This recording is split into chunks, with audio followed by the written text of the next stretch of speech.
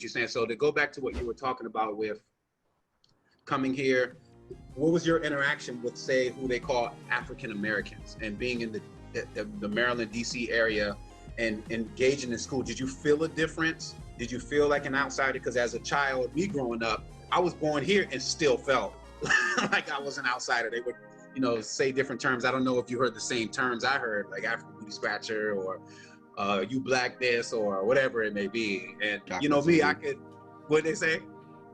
Call you Shaka Zulu. All that.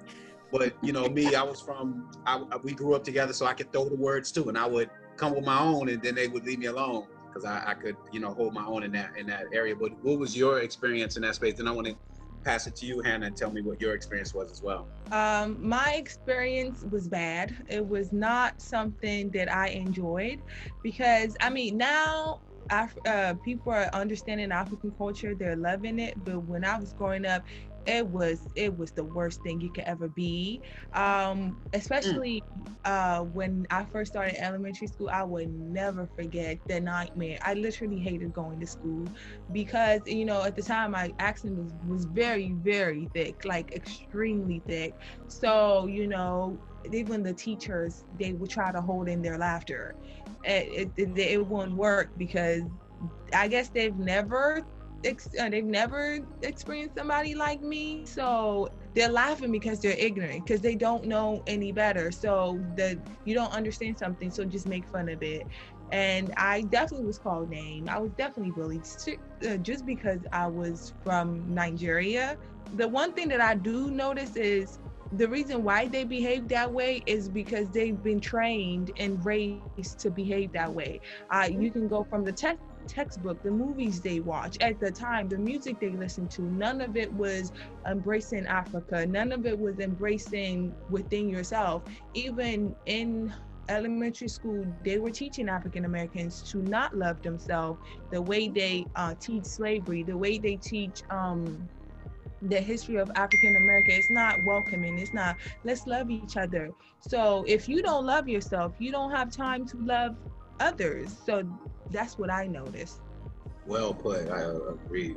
And what was your experience? Take us through the journey of leaving, being born here. Obviously, you didn't probably, I don't know if you remember that, and then leaving that culture. Anything where you're shocked because you're moving from place to place. Take us through your journey up till now. Yeah.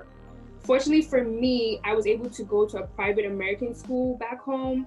So I was kind of familiar with the culture already in a way. Togo is a very diverse place. I was around people from all over the world. So I never really felt like if I came here, it would be like a culture shock per se, because I was around so many people. I think the only people that I never really got in contact with, so I got here, was mainly Latinos. I've met Asians, Asians, Europeans, they're heavy in Africa. So that I already had contact with. When I got here, honestly, my experience coming here, it was fine. Honestly, I transitioned fine. I guess maybe because I didn't have an accent, like a strong accent per se. And I never felt out of place.